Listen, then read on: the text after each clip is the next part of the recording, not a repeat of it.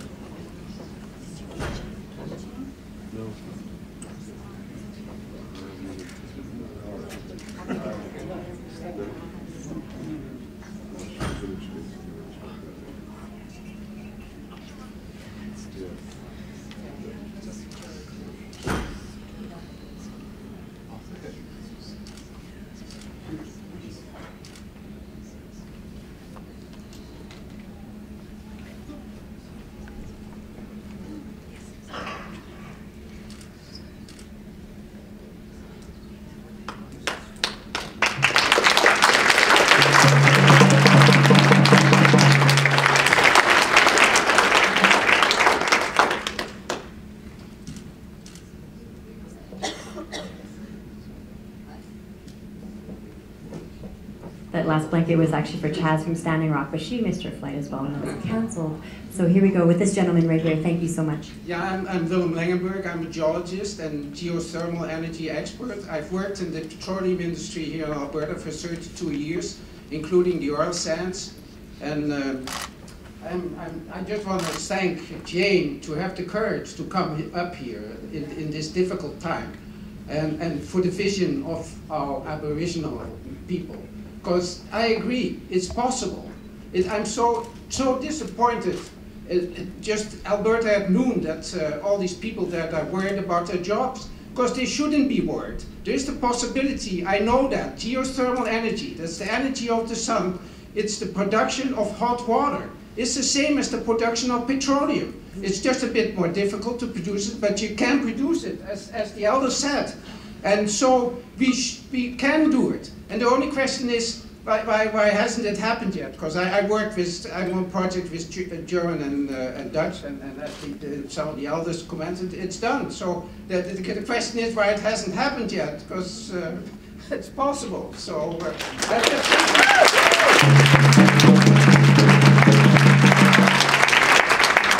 I would thank you for your vision, and I've never heard that vision from my managers in all those years that the government people. Because, I mean, Lloyd had a vision, but no. Thank you. Thank you.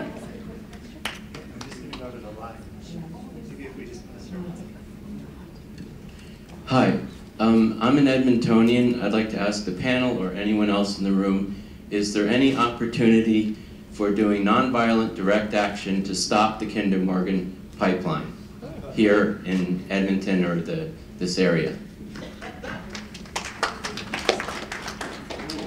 Well, without question, within British Columbia, the ongoing battle to stop Kinder Morgan has been unfolding over the last number of years. It's beginning to ramp up. And you may or may not recall Burnaby Mountain, where there was, I believe, about 125, 130 people arrested. I was one of those people. It was to demonstrate our collective opposition. What was really interesting, I went across the police line with Ta'a, who's one of the most respected elders from Tsleil-Waututh, and at the same time there was about 7 seniors, retired seniors, from the multi-faith community who had traveled from all over BC to cross the line at the same time. So this issue, this fight, has brought out people that normally would not engage in this type of civil action, if you will. And so our demonstrations, the last one we had in Vancouver was over 5,000, and it's growing. So any solidarity actions along the route, or certainly here in Alberta, would be gratefully appreciated. It doesn't take much to send out some type of blanket call for people to come together to begin to plan and organize. It might even be done at the same time, coordinated with what's going on in British Columbia. But we would certainly welcome the support.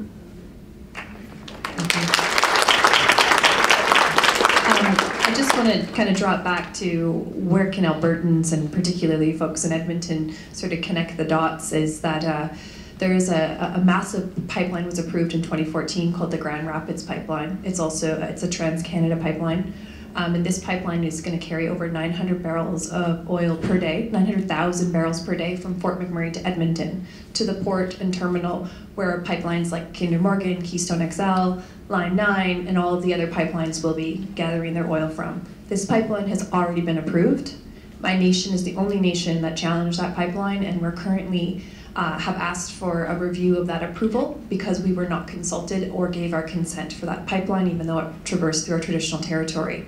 So it hasn't been granted its final license to build, but if you want to contribute to the Kinder Morgan fight, there are pipeline fights right here in the boundaries of our province that need to be taken on as well. And it's time we start drawing those lines of connections between the pipelines and the projects here on the ground. The Tech Frontier Mine, 260,000 barrels per day, that will fill a quarter of the Kinder Morgan pipeline. And we have multiple projects that we need to be connecting those lines and saying, if you support the fight against Kinder Morgan, then you should support those that are challenging the expansion here in the province.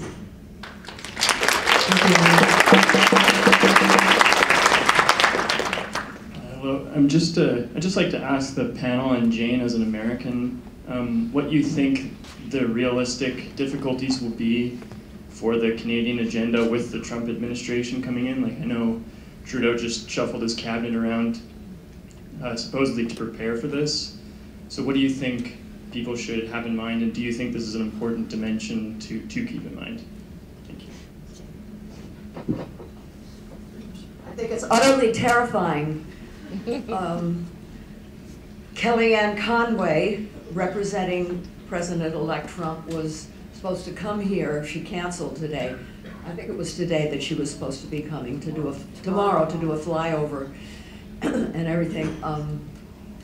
And we think we know why. We think that they're looking at reopening Keystone XL and everything. What can we do?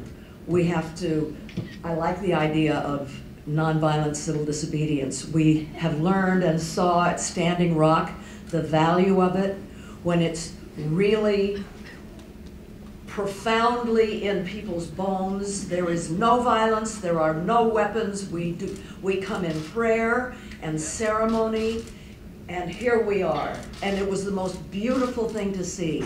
And look what it did. It brought people from all over the world. I couldn't believe the range of people that were there, young and old. And that's what we need to do here for these various projects. And we need to put pressure, pressure, pressure in every possible way on the government. Writing letters, you know, writing, just anything that we can do to say this is not something that we want, so that it doesn't just all fall on Indigenous peoples and the usual suspects, you know. That it's a general democratic desire for people in Canada to not see this happen. And we'll be doing our part in the United States to stop the perpetrator-in-chief on his golden throne with his orange hair. You're awesome, Jane.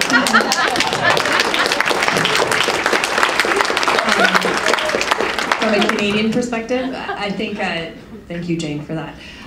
You know, as someone who's done a lot of work in the United States alongside environmental organizations, US, I worked for one called Rainforest Action Network. One of the rhetorics and sort of jokes that Americans make sometimes is that Canada is like the battery pack that sits atop of the United States. They literally are importing our water, our oil, our timber, like so many resources from that power, literally the machine of the United States, come from Canada.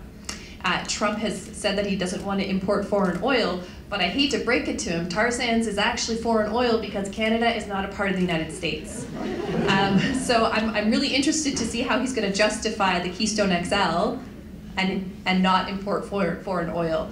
I think that as Canadians, we do need to take a stand against sort of the reinstatement of sort of oligarchs taking power in the United States. And we need to assert ourselves as a country that is going to support some of the promises made by our federal government under Trudeau. We need to do things like regulatory and environmental reform. We need to hit real climate targets, and we need to do that in partnership with Indigenous peoples. And I do want to really reiterate the importance of Indigenous peoples, and it's not simply because we exist here in this country, but because we hold valuable knowledge. The world over, Indigenous people represent 5% of the global population. About 370 million people in the world are Indigenous peoples. The reason why I bring this up and its importance when we talk about environmental stewardship and climate change is that we exist in 90 different countries all over the world, and we occupy 22% of the world's land surface. In contrast to non-Indigenous people, we occupy much more of the land surface than anyone else. In addition to that, there's 3% of urban centers, or 3% of the land surface is occupied by urban centers versus 22% of the land being occupied by Indigenous peoples. 80% of the world's biodiversity is occupied by Indigenous peoples. 85% of the areas protected in conservation zones are occupied or adjacent to Indigenous communities. This is not a coincidence. Indigenous peoples hold knowledge to the stewardship and the maintaining of the equilibrium of those ecosystems and have sustained it for thousands of years. It is not a coincidence that 80% of the world's biodiversity is going to be critical to protecting and stabilizing this climate, and it is critical that Indigenous people's rights are recognized, implemented, and affirmed in every country, particularly when we are talking about addressing the climate crisis. And Trump and his administration better recognize that, because the folks at Standing Rock ain't going anywhere, and we're seeing more Standing Rock-like opposition across the United States.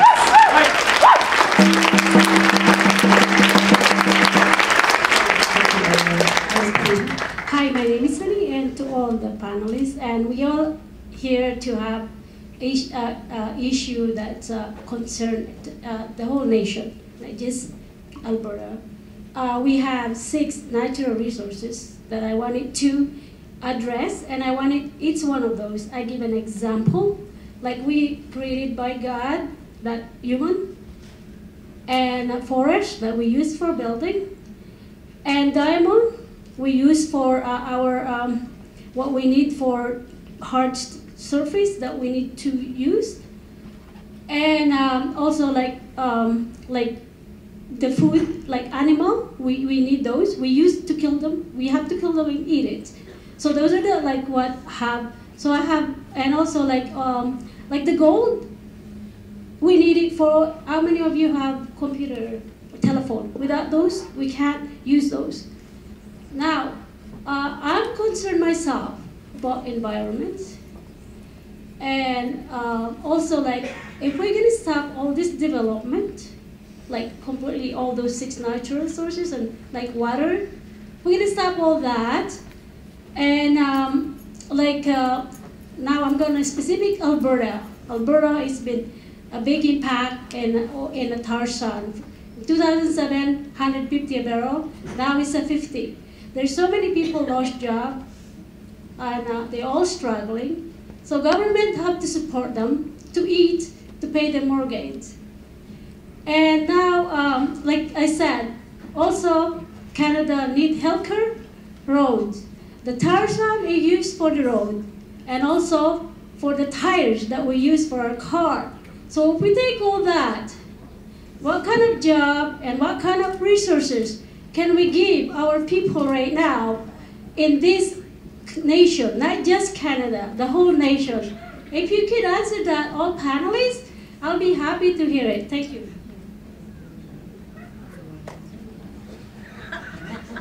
Do you want to ask me first?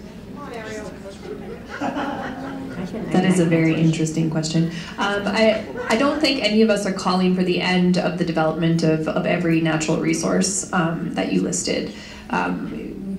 We, of course, are going to continue to develop timber for building materials and all these other things.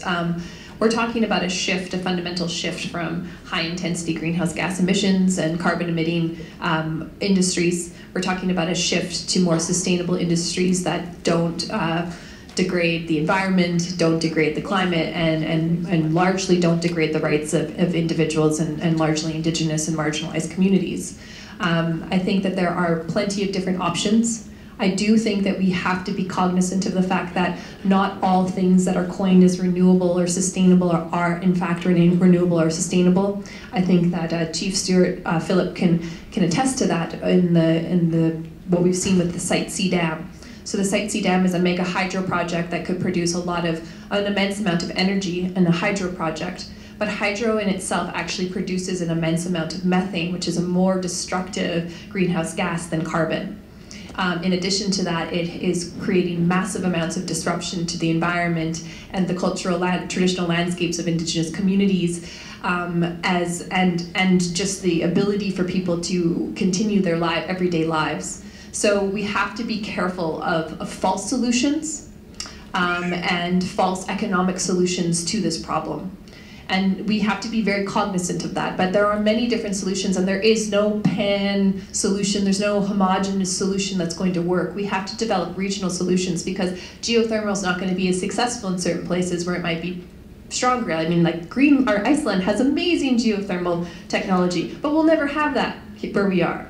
Other places have great wind opportunities. Other places have great solar opportunities. And we have to be cognizant that even those come with their own destructive natures.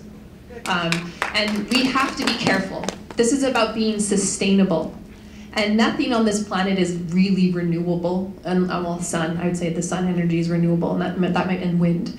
We have to be very careful about how we move forward, and we also have to be careful about not handing the power of these renewable resources from one multinational corporation to another. We need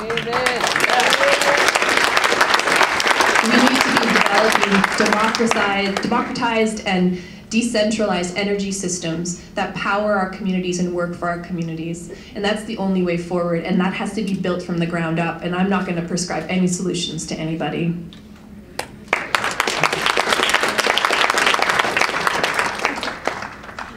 Hi, my name's Heather Workman. I'm long-term resident of Edmonton. And when it comes to pipelines, I'm not a big fan of them. I actually ran with the federal party with some of my friends with the Green Party to try to do something about that. And one thing that really scares me as an Edmontonian and being here for 4 decades is I understand we already have a pipeline that's running under our city right now.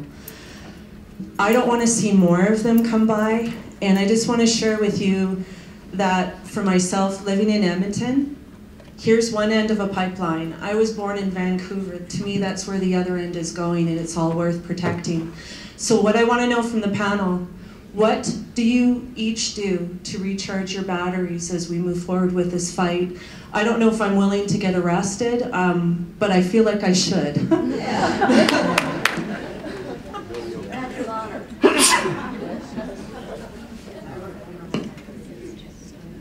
Okay, what do we do to recharge our batteries? Well, I meditate, I walk in nature, I hang out with other activists. I just came from a 4-day retreat of leaders of movements to try to figure out what we're going to do with the Trump stuff, and that recharges my batteries. Meditation is a really important part of it, and come on, get arrested. I mean, all the important people in the world have been arrested. Jesus Christ and Martin Luther King and Gandhi and Sitting Bull. I mean, you know, Sitting Bull said something where he said, the love of disease, the love of possession is a disease with them. He said that on the Standing Rock Reservation. The love of possession is a disease with them. That's the disease where it's greed, and we have to cure ourselves. And getting arrested, you know, it's great. No, it is. The first time I got arrested was with Indigenous peoples, Fort Lawton, right? Yeah, and it felt really good to stand with them. So anyway, I encourage civil disobedience, the willingness to be arrested. Support your lawyers, support your independent media, because fake news is on the upswing, and as the Grand Chief said, it's going to be very litigious, and we need good lawyers that are standing on the side of the people to help those who are arrested get out of jail and get proper representation. So go for it. You'll see me in jail before my life is over, I'll tell you. I've been in jail many times. We only have a few minutes to take a couple more questions. I'm so sorry, but we have to get Jane to the airport as the rest of the delegation. Thank you. I appreciate the question. I just wanted to just add to it by saying that one of the ways that some of us here try to recharge our batteries is going to ceremony. And you know, some people are aware that when Prime Minister Trudeau was talking about all of his promises he was making, after getting elected, I was on Victoria Island fasting. And I fasted for 4 days and 4 nights without any food, without any water, a real fast.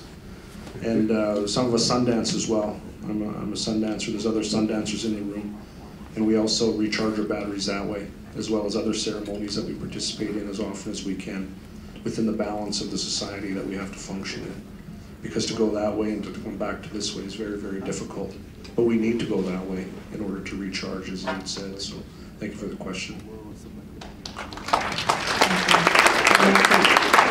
Any comments? Then we have to close.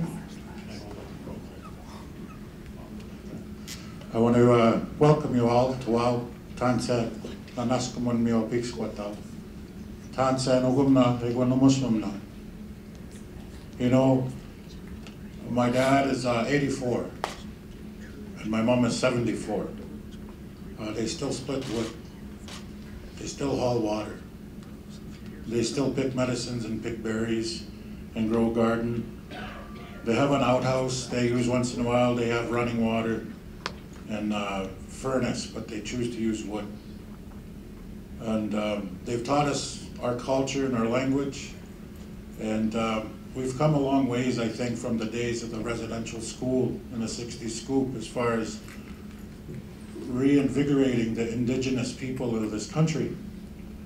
You know, we deal daily with racism, and it's sad that a Moniasku has to come here to raise Indigenous issues. It's sad that we don't pay attention to these issues on our own, in our own communities. And listen to your Indigenous women. That's for sure.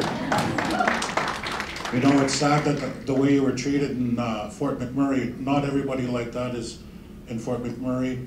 They've gone through hell, and we appreciate what they've gone through. My sister lives there. She lost absolutely everything, but she'd still welcome you into her home, any one of you, and feed you and clothe you and keep you warm and safe and share stories with you. That's the Alberta I know.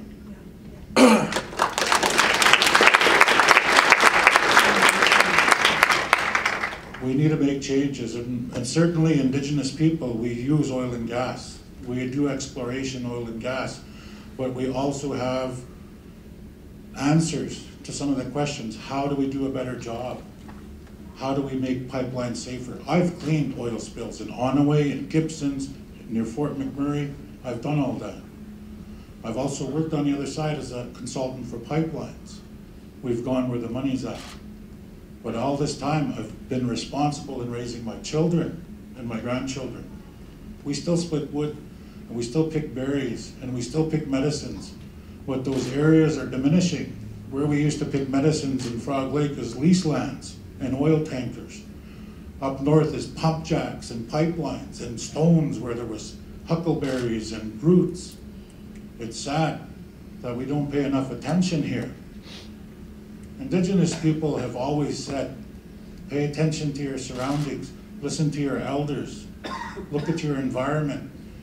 I keep saying we had so many sundogs in the last month. Sundogs tell you when the temperature is going to change dramatically. And we've had one just about once or twice a week, where we used to see once or twice a year, and the weather is changing. And it's sad that we can't work in a collaborative effort and a respectful effort. We complimented some of the work you guys were doing on your panel today on CBC Indigenous News, and we got insulted, and we got called down. And some of the things you said were called down, and everybody was disrespectful, and when we asked them to be mindful and respectful, we got called out some more. That's not how our parents taught us. Even going through hell residential school, they still say, work together. It doesn't matter the color of our skin. It doesn't matter our language. We need to work together. And that's it. I have a gift here for you. It's my daughter's essay on Indian residential schools.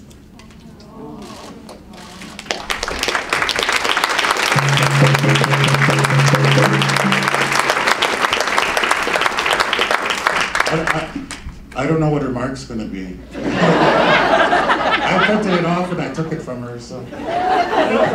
But I just wanted to thank you all, because my parents went through residential school. My grandparents, their family went through residential school. And before, it was not okay to be an Indian or Indigenous, right? And we're getting back to that, where it's okay to be Indigenous. We've always been okay with it. But my daughter's writing about it in school now. I give her an A+. With that, I want to thank the person who brought the baby. This is what it's all about right here. Thank you.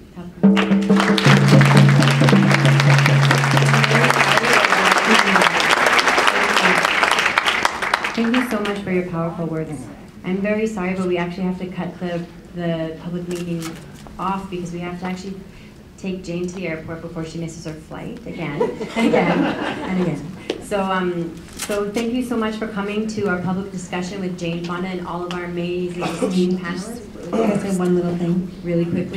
I just want to say that man that just spoke, that I was reminded about something. I was out in my territory and we were picking medicines and berries, and you often have to go to like these far off places, and they're often like hostile, you know, or considered hostile or wild places. And rat root or wike grows like in the swamps. And sometimes we find that our most powerful medicines in Indian country come from the most inhospitable places. And our Indigenous people that have lived through 500 years of colonization of America, we are representation of our most powerful medicines that have grown out of hostility